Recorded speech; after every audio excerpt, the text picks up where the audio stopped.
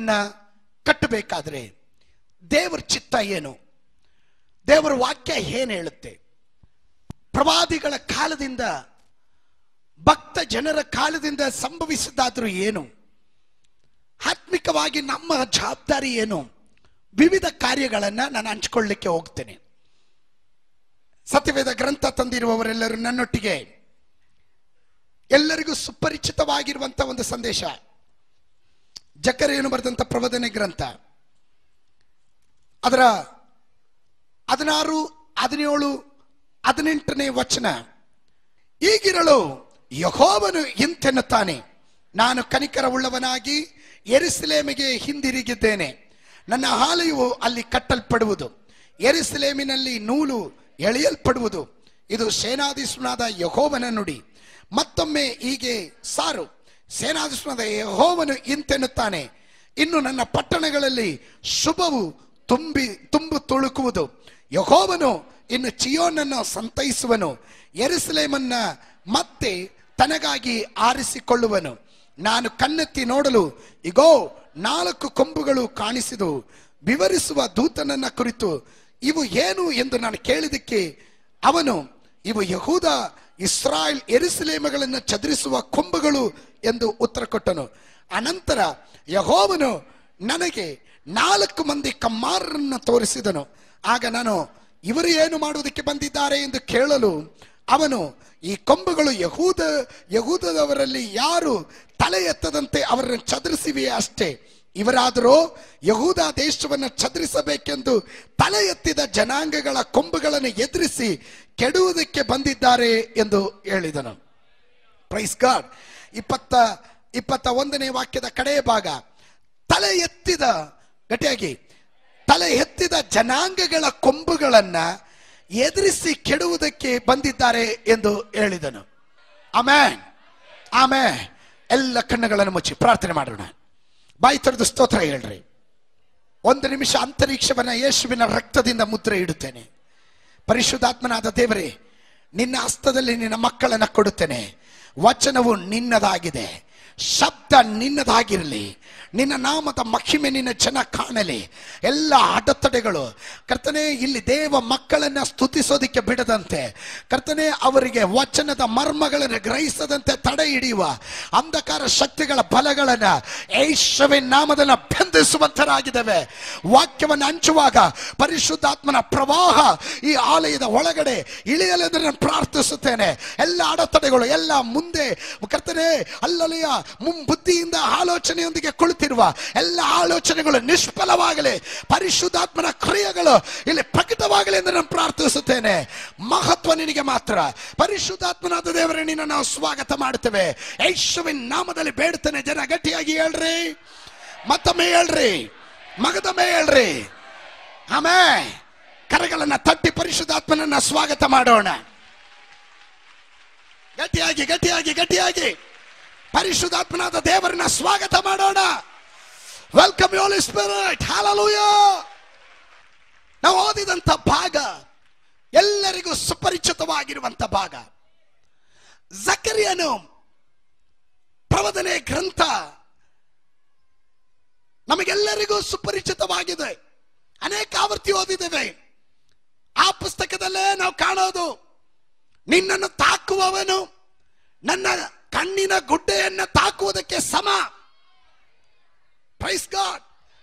ಎಷ್ಟು ಸಾರಿ ಆ ವಾಕ್ಯ ಓದಿಲ್ಲ, ಎಷ್ಟು ಸಾರಿ ನಾವು ಪ್ರಸಂಗದಲ್ಲಿ ಹೇಳುತ್ತೇವೆ, ನಿಮ್ಮ ಸುತ್ತಲೂ ಅವನು ಅಗ್ನಿ ಪ್ರಾಕಾರವನ್ನು ಹಾಕಿದ್ದಾನೆ.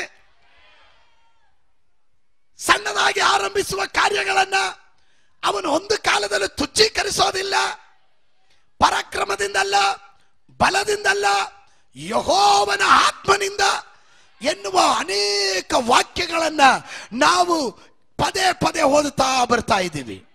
ಆಮೆನ್. ಜಕರೀಯನು 12 ಸಣ್ಣ ಪ್ರವಾದಿಗಳಲ್ಲಿ 11ನೇ ಪ್ರವಾದಿ ಆಗಿದ್ದಾನೆ. ಈ ಜಕರೀಯನ ಪ್ರವಾದಿ.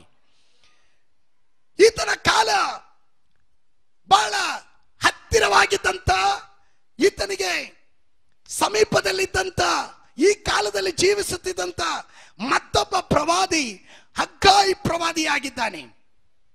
ಇಸ್ರಾಯೇಲ್ ಜನರು ದೇವರ ಸ್ವಂತ ಜನ, ದೇವರ ಸ್ವಕೀಯ ಜನ.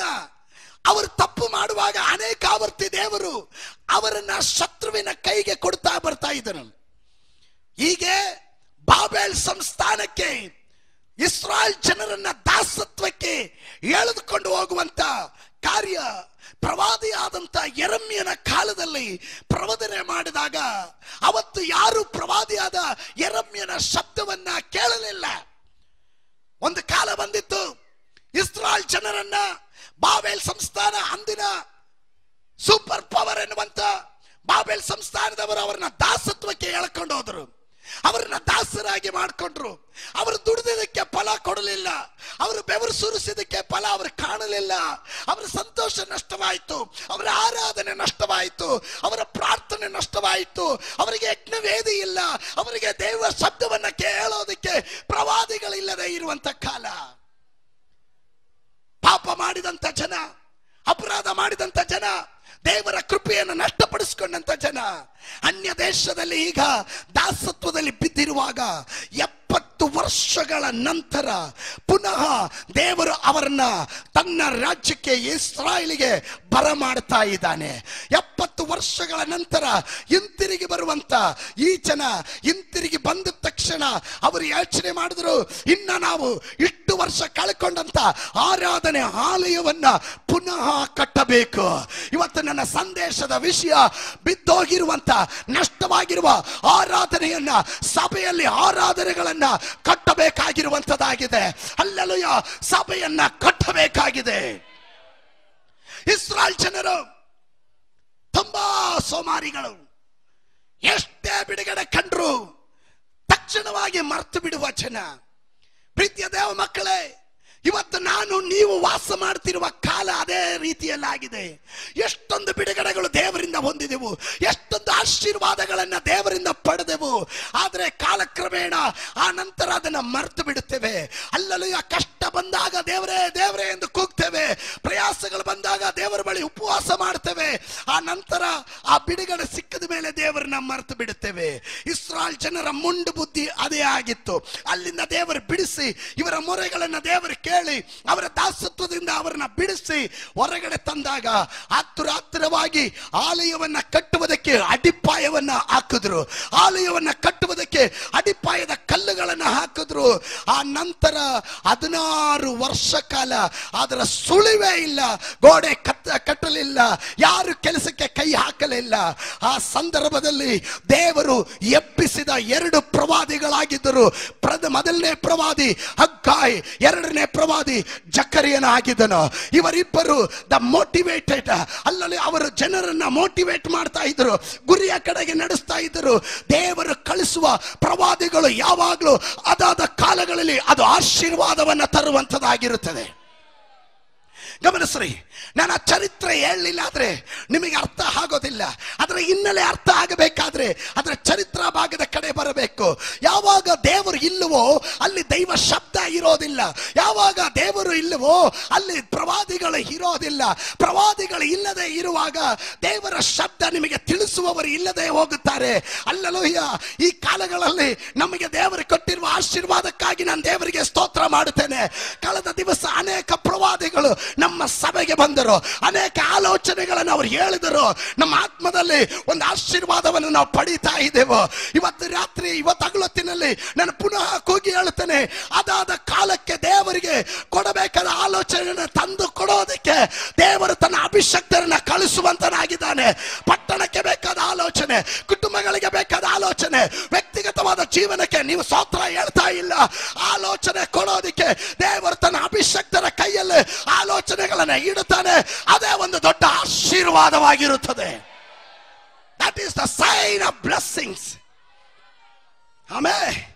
ಆಮೇಲೆ 2 ಪ್ರವಾದಿ, ಹಗ್ಗಾಯ್ ಪ್ರಾಯ ಆಗಿರುವಂತ ವಯಸ್ಸಾದಂತ ದೈವ ಸೇವಕನು, ಜಕರಿಯನು ಈಸ್ ಅ ಯಂಗ್ ಪರ್ಸನ್, ಅವನೊಂದು ಯೌವನಸ್ಥನಾಗಿದ್ದನು.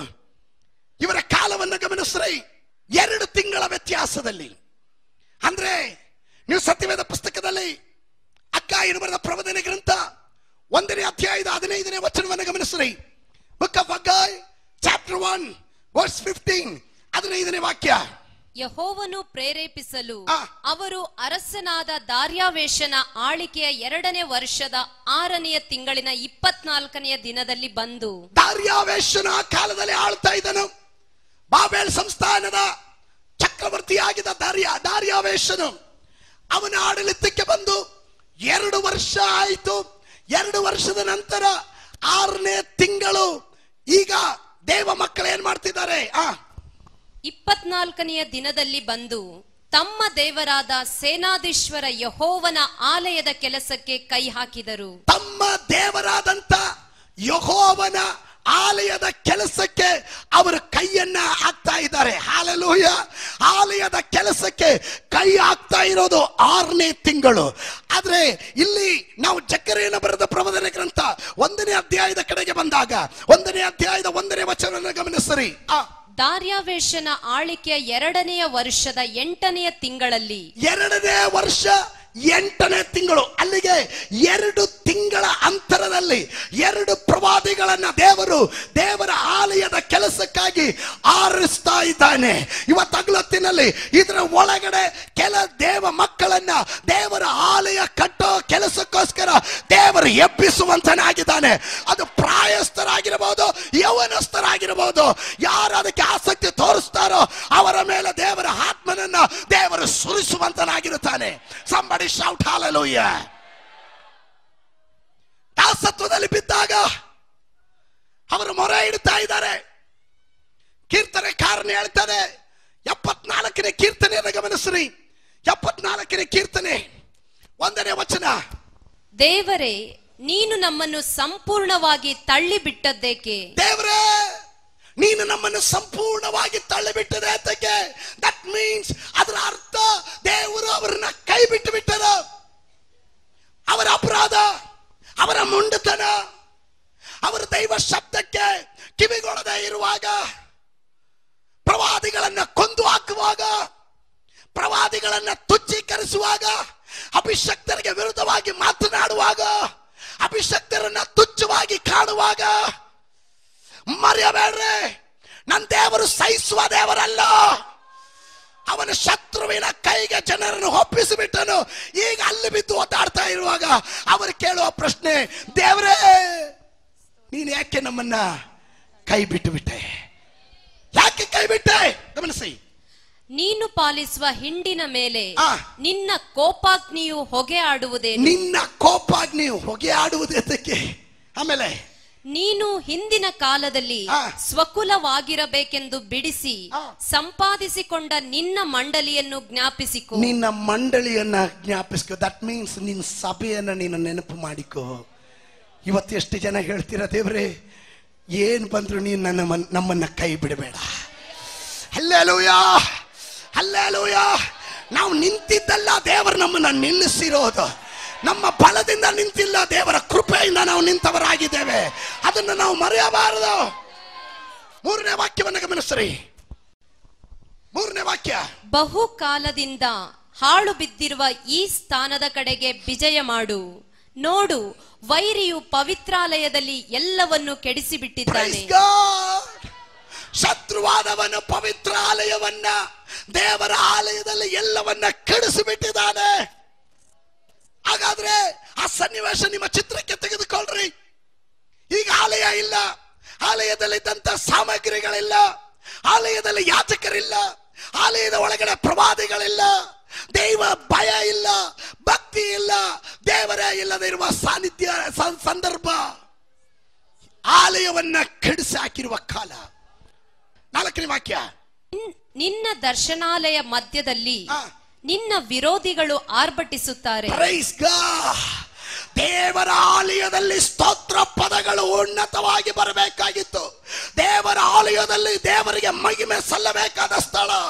ಅಲ್ಲೀಗ ವಿರೋಧಿಗಳು ಅವರು ಉನ್ನತವಾಗಿ ಆರ್ಭಟಿಸುತ್ತಾ ಇದ್ದಾರೆ, ಅಟ್ಟಹಾಸದಿಂದ ಮೆರೀತಾ ಇದ್ದಾರೆ. ನನ್ನನ್ನು ಕೇಳುವ ಪ್ರೀತಿಯ ದೇವ ಮಕ್ಕಳೇ, ಹೊಸ ಒಡಂಬಡಿಕೆಯಲ್ಲಿ ಬರುವಾಗ ದೇವರ ವಾಕ್ಯ ಹೇಳುತ್ತದೆ, ಹಲ್ಲೆಲೂಯ, 1 ಕೊರಿಂಥ 3:16 ಹೇಳುವ ಪ್ರಕಾರ ನೀವು ಒಬ್ಬೊಬ್ಬರು ದೇವರ ಮಂದಿರವಾಗಿದ್ದೀರಾ. ನೀವು ಒಬ್ಬೊಬ್ಬರು ದೇವರ ಮಂದಿರವಾಗಿದ್ದೀರಾ. ನಮ್ಮವರು ಮಾತ್ರ ಗಟ್ಟಿಯಾಗಿ ಆಮೇಲೆ ಹೇಳಲೆ. ಈಗ ಅಟ್ಟಹಾಸ ಮಾಡ್ತಾ ಇರೋ ವೈರಿಗಳಲ್ಲಿ ಅಟ್ಟಹಾಸ ಮಾಡ್ತಿದ್ದಾರೆ. ಇವತ್ತು ರಾತ್ರಿ ಇವತ್ತಾಗ್ಲತ್ತು ನನ್ನನ್ನು ಕೇಳುವ ದೇವ ಜನರೇ, ಕೂಗಿ ಕೂಗಿ ನಾನು ಹೇಳ್ತೇನೆ, ನಿನ್ನ ಆ ಮಂದಿರದಲ್ಲಿ ವೈರಿ ಅಟ್ಟಹಾಸ ಅಲ್ಲ, ಅಲ್ಲಿ ಜಯೋತ್ಸಾಹ ಉಲ್ಲಾಸದ ಧ್ವನಿಗಳು ಮೊಳಗಬೇಕು. ನೀನು ಮೌನವಾಗಿದ್ರೆ ಅಲ್ಲಲ್ಲೂಯ್ಯ ನನಗೆ ಗೊತ್ತಿಲ್ಲ. ಇವತ್ತು ನಾನು ಕೂಗಿ ಹೇಳ್ತೇನೆ, ನಂಬಿಕೆ ಉಳ್ಳವರು ಕೂಗಿ ಹೇಳ್ರಿ, ಈ ಮಂದಿರ ಇದು ದೇವರ ಮಂದಿರ. ಇದನ್ನು ಕಟ್ಟುವಾಗ ಇದರ ಒಳಗಡೆ ಸ್ತೋತ್ರ ಇದೆ, ಆರಾಧನೆ ಇದೆ, ಪ್ರಾರ್ಥನೆ ಇದೆ. ಇದರಲ್ಲಿ ಉಲ್ಲಾಸ ಧ್ವನಿ ಇದೆ, ಉತ್ಸಾಹ ಧ್ವನಿ ಇದೆ. ಆಮೇನ್ ಆಮೇನ್ ಹಲ್ಲೆಲೂಯಾ. ಇಲ್ಲಿ ಶತ್ರು ಅಟ್ಟಹಾಸ ಮಾಡೋದಕ್ಕೆ ನಾನು ಬಿಟ್ಟು ಕೊಡೋದಿಲ್ಲ ಎನ್ನುವರು ಮಾತ್ರ ಗಟ್ಟಿಯಾಗಿ ಸ್ತೋತ್ರ ಹೇಳ್ರಿ. ಹಲ್ಲೆಲೂಯಾ. ಶತ್ರು ರೋಗ ಹಾಕುವ ಕಸದ ತೊಟ್ಟಿ ಅಲ್ಲ ನಿನ್ನ ಹೃದಯ, ನಿನ್ನ ಶರೀರ ರೋಗದ ಸ್ಥಳ ಅಲ್ಲ. ಹಲ್ಲೆಲೂಯಾ. ಕೂಗಿ ಹೇಳು, ಇದು ಉಲ್ಲಾಸದ ಸ್ಥಳ. ಇಸ್ರಾಯೇಲ್ ಜನರಿಗೆ ನಷ್ಟವಾಯಿತು. ಪ್ರಾರ್ಥನೆ ಆಲಯದಲ್ಲಿ ಸ್ತುತಿಯು ಗೌರವವು ಮೊಳಗಬೇಕಾದ ಸ್ಥಳ. ಅಲ್ಲಿ ಪ್ರಾರ್ಥನೆ ಮೊಳಗಬೇಕು, ಆರಾಧನೆ ಮೊಳಗಬೇಕು, ದೈವ ಸಾನ್ನಿಧ್ಯನ ಇಳಿಯೋದನ್ನು ಜನ ಕಾಡಬೇಕು. ಆದರೆ ಈಗ ಏನಾಗಿದೆ, ಆಲಯದಲ್ಲಿ ವೈರಿಯ ಅಟ್ಟಹಾಸ, ವೈರಿಯ ಆರ್ಭಟ ಕೇಳಿಸ್ತಾ ಇದೆ. ಎಲ್ಲಿ ನಿನ್ನ ದೇವರು, ಎಲ್ಲಿ ನಿನ್ನ ದೇವರು ಅಂತ ಅನ್ಯರು ನಿನ್ನನ್ನು ವಿಚಾರಿಸುವಾಗ ಉತ್ತರ ನಷ್ಟವಾಗಿದೆಯಾ? ಅದೇ ಪ್ರವಾದಿಗೆ ಹೇಳಬೇಕಾಗಿರೋದು, ಪುನಃ ನನ್ನ ಕಡೆಗೆ ತಿರುಗಿಕೊಳ್ಳ್ರಿ, ಪುನಃ ನನ್ನ ಕಡೆಗೆ ತಿರುಗಿಕೊಳ್ಳ್ರಿ, ನನ್ನ ಜನ ನನ್ನ ಕಡೆ ತಿರುಗಿಕೊಳ್ಳಲಿ. ಕೂಗಿ ಕೂಗಿ ಹೇಳ್ತಾನೆ, ಬೇಡ ಲೋಕದ ಮೋಹ, ಬೇಡ ಲೋಕದ ಆಡಂಬರ, ಬೇಡ ಲೋಕದ ತಾತ್ಕಾಲಿಕವಾದ ಸುಖ, ಬೇಡ ಶತ್ರುವಿನ ಆರ್ಭಟಕ್ಕೆ ನಿನ್ನನ್ನು ನೀನು ಬಿಟ್ಟುಕೊಡಬೇಡ. ಪುನಃ ದೇವರ ಕಡೆ ತಿರುಗಿಕೋ. ದೇವರ ವಾಕ್ಯ ಹೇಳ್ತದೆ, ನೀವು ನನ್ನ ಕಡೆ ತಿರುಗಿದ್ರೆ ನಾನು ನಿಮ್ಮ ಕಡೆ ತಿರುಗುತ್ತೇನೆ, ನಾನು ನಿಮ್ಮ ಕಡೆ ತಿರುಗುತ್ತೇನೆ. ನಷ್ಟವಾಗಿರುವ ಪ್ರಾರ್ಥನೆ, ನಷ್ಟವಾಗಿರುವ ಆರಾಧನೆ, ನಷ್ಟವಾಗಿರುವ ಸಂತೋಷ, ನಷ್ಟವಾಗಿರುವ ದೈವ ಕೃಪೆ, ನಷ್ಟವಾಗಿರುವ ದೈವ ಸಾನ್ನಿಧ್ಯನ ಸಂಬಡಿ ಶೌಟ ಹಲ್ಲೆಲೂಯಾ. ಇವತ್ತು ನಾನು ಪುನಃ ವಾಪಸ್ಸು ಪಡೆಯುತ್ತೇನೆ.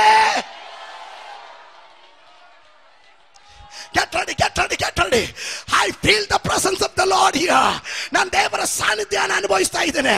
ಆಮೇಲೆ ಈಗ ಜನ ಕೂಗ್ತಾ ಇದ್ದಾರೆ, ವೈರ್ಯ ಆರ್ಭಟ. ಯಾಜಕರು, ಕಾಯರ್ ಗ್ರೂಪಿನವರು ದಮ್ಮಡಿಗಳನ್ನ ಪಡೆದು ಕಿನ್ನರಿಗಳನ್ನ ಬಾರಿಸುತ್ತಾ ಕೈತಾಳಗಳಿಂದ ಜಲ್ಲರಿಗಳಿಂದ ಆಡಿ, ಯೆಹೋವನು ಒಳ್ಳೆಯವನು, ಅವನ ಕೃಪೆಯು ಶಾಶ್ವತ, ಅವನ ಕೃಪೆಯು ಶಾಶ್ವತವಾದುದು ಎಂದು ಆಡುತ್ತಿದ್ದಂತ ಶಬ್ದ ನಷ್ಟವಾಯಿತು. ಈಗ ವೈರಿ ಅಟ್ಟಹಾಸ, ವೈರಿ ಆರ್ಭಟ ಮೊಳಗುತ್ತಾ ಇರುವಾಗ ಭಕ್ತ ಜನರು ಕೂಗಿ ಹೇಳಲಿ, ಇನ್ನ ನಷ್ಟ ಮಾಡಕ್ಕೆ ಬಿಡೋದಿಲ್ಲ, ನಷ್ಟವಾದುದನ್ನು ವಾಪಸ್ಸು ಪಡೆಯುತ್ತೇವೆ.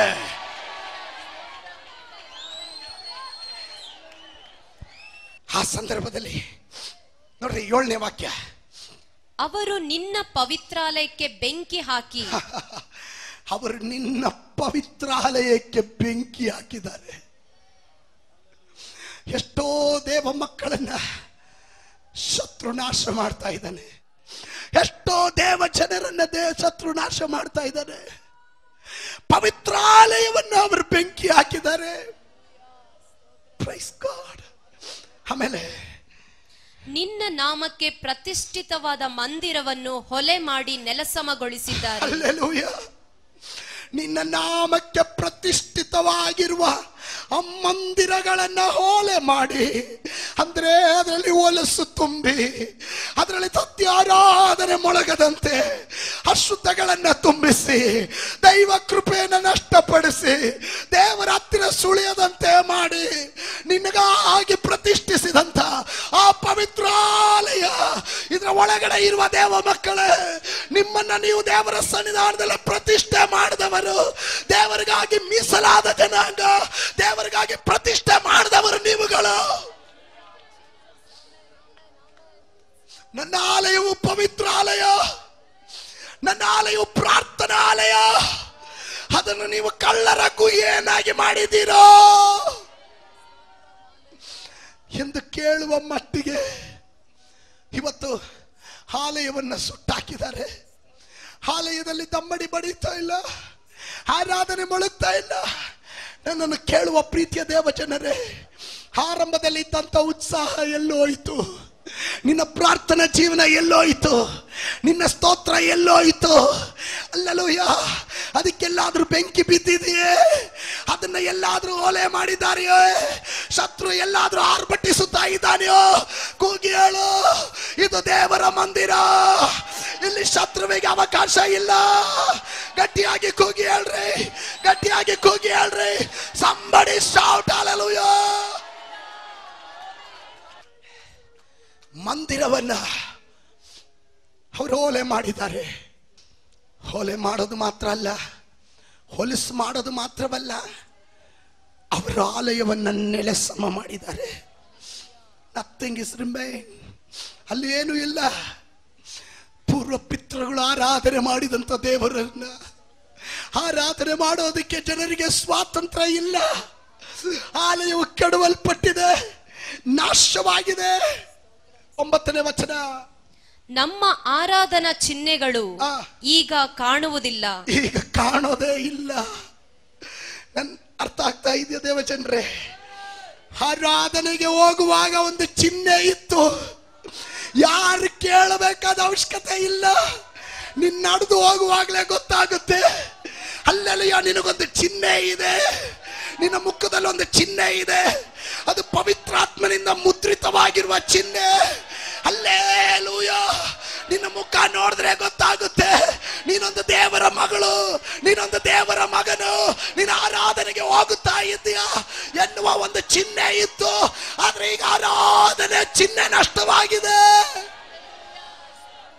ಆಮೇಲೆ ಮುಂಚೆ ಇದ್ದಂತೆ ನಮಗೆ ಪ್ರವಾದಿಗಳು ಯಾರು ಇಲ್ಲ. ಮುಂಚೆ ಇದ್ದ ಹಾಗೆ ಪ್ರವಾದಿಗಳು ಯಾರು ಇಲ್ಲ. ಒಂದು ಕಾಲ ಬರುತ್ತೆ ದೇವ ಮಕ್ಕಳೇ, ಪ್ರವಾದಿಗಳು ದರ ದರ ದರ ಅಂತ ಬಂದು ನಿನಗೆ ಆಲೋಚನೆ ಹೇಳುವ ಕಾಲ. ಆದ್ರೆ ನೀನು ಅದನ್ನ ತುಚ್ಛೀಕರಿಸಿ ನಿನ್ನ ಮನಸ್ಸು, ನಿನ್ನ ಜೀವನವನ್ನ ನೀನು ಕಠಿಣ ಮಾಡ್ಕೊಂಡು ಹೋದ್ರೆ ನಿನಗೆ ಪ್ರವಾದಿಗಳು ಕಾಣೋದಿಲ್ಲ. ದೈವ ಶಬ್ದ ನೀನು ಕೇಳಿಸ್ಕೊಳ್ಳೋದಿಲ್ಲ. ದೈವ ಸಾನ್ನಿಧ್ಯಾನ ನೀನು ಅನುಭವಿಸಾಗೋದಿಲ್ಲ. ಈಗ ಅವರಿಗೆ ಪ್ರವಾದಿಗಳಿಲ್ಲ. ಏನಾಯ್ತು? ಪ್ರವಾದಿಗಳು ಇದು ಎಷ್ಟರವರೆಗೆ ಇರುವುದೆಂದು ಬಲ್ಲವರು ನಮ್ಮಲ್ಲಿ ಯಾರೂ ಇಲ್ಲ. ಎಷ್ಟು ಕಾಲ ಈ ಟ್ರೈನ್ ಈ ತರ ಹೋಗೋದು? ಎಷ್ಟು ಕಾಲ ನಾವು ಒಣಗಿದ ಅವಸ್ಥೆಯಲ್ಲಿ ಹೋಗೋದು? ಅದನ್ನಾದ್ರೂ ತಿಳಿಸೋರು ಯಾರು ಇಲ್ಲ. ಸಂಕಟ, ಸಂದಿಗ್ಧ ಪರಿಸ್ಥಿತಿಯಲ್ಲಿ ಆಗಿರುವ ಸಂದರ್ಭದಲ್ಲಿ ಹೀಗೋ ದೇವರು ಕೆಲವರನ್ನ ಎಬ್ಬಿಸ್ತಾ ಇದ್ದಾನೆ. ಕರ್ನಾಟಕದಲ್ಲಿ ಕೆಲವರನ್ನ ಎಬ್ಬಿಸ್ತಾ ಇದ್ದಾನೆ. ಜಿಲ್ಲೆಗಳಲ್ಲೂ ದೇವರ ಅಭಿಷಕ್ತರನ್ನ ಎಬ್ಬಿಸ್ತಾ ಇದ್ದಾನೆ. ಎಲ್ಲಿವರೆಗೂ ಅಂತ ಗೊತ್ತಿಲ್ಲದೆ ಇರುವಾಗ ದೇವರು ಕೆಲವರನ್ನ ತನ್ನ ಬತ್ತಳಿಕೆಯಲ್ಲಿ ಅವನು ನುಣುಪಾದ ಬಾಣವಾಗಿ ಇಟ್ಕೊಂಡಿದ್ದಾನೆ. ಅವರು ರಂಗ ಪ್ರವೇಶ ಮಾಡುವ ಕಾಲ ಇದಾಗಿದೆ. ಸಭೆಯೇ ತಯಾರಾಗೋ, ಸಭೆಯೇ ತಯಾರಾಗೋ. ಜಕರ್ಯನು ರಕ್ತ ಸಾಕ್ಷಿಯಾದಂತ ಪ್ರವಾದಿ. ಇವನನ್ನ ದೇವರು ಎಬ್ಬಿಸಿದನು. ದೇವ ಶಬ್ದವನ್ನ ನುಡಿಯೋದಕ್ಕಾಗಿ ಎಬ್ಬಿಸಿದನು. ಈ ಜನ ಕಡೆಯದಾಗಿ ಅವನಿಗೆ ಕೊಟ್ಟ ಪ್ರತಿಫಲ ಏನು ಗೊತ್ತಾ? ಇವನನ್ನ ಕೊಂದು ಅವನ ರಕ್ತವನ್ನ ಸುರಿಸಿದ್ರು. Praise God. ಅದರ ಚರಿತ್ರೆ ನಿಮಗೆ ಗೊತ್ತಾಗಬೇಕಾದ್ರೆ ಯೇಸು ಸ್ವಾಮಿ ಪರಿಸಾಯರನ್ನ, ಧರ್ಮಶಾಸ್ತ್ರಿಗಳನ್ನ, ಸದುಕರನ್ನು ಉದ್ದೇಶಿಸಿ ತಾನು ಅವರ ಕಪಟತನವನ್ನ ಖಂಡಿಸಿ ಮಾತನಾಡುವಾಗ ಅವನೊಂದು ಮಾತನ್ನ ಮತ್ತಾಯನು ಬರೆದ ಸುವಾರ್ತೆ 23ನೇ ಅಧ್ಯಾಯದಲ್ಲಿ ಹೀಗೆ ಹೇಳ್ತಾನೆ. 23ನೇ ಅಧ್ಯಾಯ, ನಾನು ನಿಮ್ಮ ಬಳಿಗೆ ಪ್ರವಾದಿಗಳನ್ನು, ಜ್ಞಾನಿಗಳನ್ನು, ಶಾಸ್ತ್ರಿಗಳನ್ನು ಕಳುಹಿಸುತ್ತೇನೆ. Praise God. ನಾನು ನಿಮ್ಮ ಬಳಿಗೆ ಪ್ರವಾದಿಗಳನ್ನ, ಶಾಸ್ತ್ರಿಗಳನ್ನ, ಜ್ಞಾನಿಗಳನ್ನ ಕಳಿಸುತ್ತೇನೆ. ಯೇಸು ಸ್ವಾಮಿಯ ಕಾಲದಲ್ಲಿ ಯೇಸು ಸ್ವಾಮಿ ಹೇಳ್ತಾ ಇದ್ದಾನೆ, ನಾನು ಕಳಿಸದೇ ಇರಲ್ಲ, ನಾನು ಕಳಿಸ್ತೇನೆ. ಅದು ಒಂದು ಗುಂಪಿನ ಜನರಿಗೆ ಆಶೀರ್ವಾದ, ಇನ್ನೊಂದು ಗುಂಪಿನ ಜನ ಅವರಿಗೆ ವಿರೋಧವಾಗಿ ಎದ್ದು ಬರ್ತಾರೆ. ಓದೋಣ, ಮುಂದೆ ಓದಿ. ಅವರಲ್ಲಿ ಕೆಲವರನ್ನು ಕೊಲ್ಲುವಿರಿ. ಆಮೇಲೆ ಪ್ರವಾದಿಗಳನ್ನ ಕೊಲ್ಲುತ್ತಾರೆ, ಶಾಸ್ತ್ರಿಗಳನ್ನ ಕೊಲ್ಲುತ್ತಾರೆ, ಪಾಸ್ಟರ್ಗಳನ್ನ ಕೊಲ್ಲುತ್ತಾರೆ, ಸುವಾರ್ತಿಕರನ್ನ ಕೊಲ್ಲುತ್ತಾರೆ, ಉಪದೇಶಗಳನ್ನ ಕೊಲ್ಲುತ್ತಾರೆ. ಅಲ್ಲೆಲೂಯಾ, ಅದೇ ಕಾಲದಲ್ಲಿ ನಾವು ಜೀವಿಸ್ತಾ ಇದ್ದೀವಿ ಎನ್ನುವುದನ್ನ ಮರೆಯಬೇಡ್ರಿ. ಆಮೇಲೆ ಶಿಲುಬೆಗೆ ಹಾಕುವಿರಿ, ಅವರನ್ನ ಶಿಲುಬೆಗೆ ಹಾಕುವಿರಿ. ಆಮೇಲೆ ಕೆಲವರನ್ನು ನಿಮ್ಮ ಸಭಾ ಮಂದಿರಗಳಲ್ಲಿ ಕೊರಡೆಗಳಿಂದ ಹೊಡೆದು ಊರಿಂದ ಊರಿಗೆ ಅಟ್ಟಿಕೊಂಡು ಹೋಗುವಿರಿ. ಹೀಗೆ ನೀತಿವಂತನಾದ ಹೇಬೇಲನ ರಕ್ತವು ಮೊದಲುಗೊಂಡು ನೀವು ದೇವಾಲಯಕ್ಕೂ ಯಜ್ಞವೇದಿಗೂ ನಡುವೆ ಕೊಂದು ಹಾಕಿದ ಬರಕೀಯನ ಮಗನಾದ ಜಕರ್ಯನ ರಕ್ತದವರೆಗೂ. Praise God.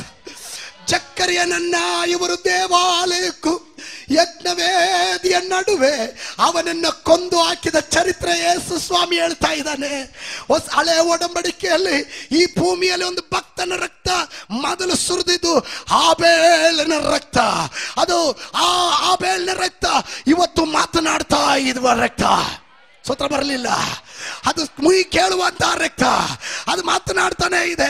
ಹಳೆ ಒಡಂಬಡಿಕೆಯ ಕೊನೆಯದಾಗಿ ರಕ್ತ ಸಾಕ್ಷಿ ಆದವನು ಇಗೋ ಈ ಜಕರ್ಯ ಪ್ರವಾದಿಯಾಗಿದ್ದಾನೆ. ಅವನ ರಕ್ತವು ಸುರಿಯಿತು.